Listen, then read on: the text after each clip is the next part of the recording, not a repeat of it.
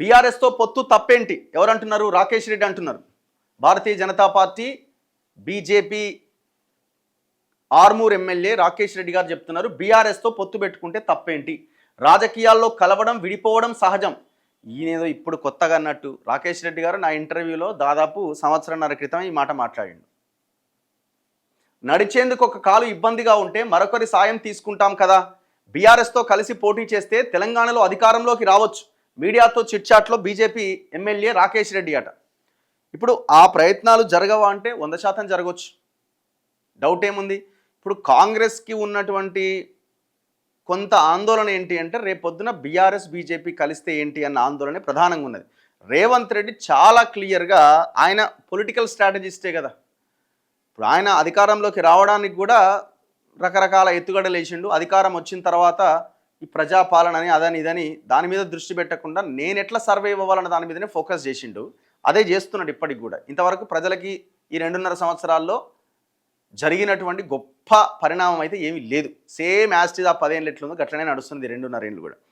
So Revanth Reddy ఏంటి రాష్ట్రమే అన్నాడు ఒకసారి, బీఆర్ఎస్ లేవదు, బీజేపీ సరిపోదు, అంటే ఈ అధికారంలోకి రావడానికి సరిపోదు.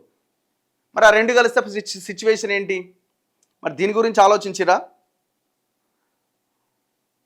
ఒక్కసారి రాకేష్ రెడ్డి గారికి కాల్ చేద్దాం. ఆర్మూర్ ఎమ్మెల్యే.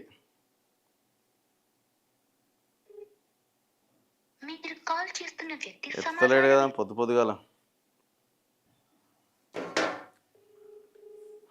సో ఇది జరగడానికి అవకాశాలు ఉండొచ్చు, ఏదైనా జరగవచ్చు అండి రాజకీయాల్లో. రేపొద్దున బీఆర్ఎస్ కాంగ్రెస్ పొత్తు పెట్టుకున్నా కూడా ఆశ్చర్యం లేకపోవచ్చు, ఏదైనా జరగవచ్చు. ఏముంటుంది ఇప్పుడు ఎలక్షన్స్ అప్పుడు వెతుక్కోవడానికి ఎవరికి వాళ్ళకి రీజన్స్ ఉంటాయి. రేపొద్దున బీజేపీ బీఆర్ఎస్ కలిసి ఏమంటారు ఒకవేళ కలిస్తే? ఏముందండి, అది ఇంత అరాచకమైన పాలన పోవాలంటే మేమిద్దరం కలిస్తేనే ఈ రాష్ట్రాన్ని మేము కాపాడగలుగుతాం అంటారు, అంతే కదా. ఒకవేళ కాంగ్రెస్కి ఏముంది, ఈ దేశంలో బీజేపీని, ఈ తెలంగాణలో బీజేపీని రానివ్వకుండా చేయాలంటే ఇద్దరం గెలవాల్సిందే సెక్యులర్ పార్టీలని వీళ్ళు అంటారు. కేసీఆర్ ఆనాడు బీజేపీతో ప్రయత్నం చేసిండు, కాంగ్రెస్తో కూడా ప్రయత్నం చేసిండు. కాంగ్రెస్ అధికారంలోకి వచ్చిన తర్వాత కేసుల నుంచి బయటపడడానికి కూడా కాంగ్రెస్తో ప్రయత్నం చేసుకున్నాడు, అటు బీజేపీతో కూడా టచ్లోనే ఉన్నాడు.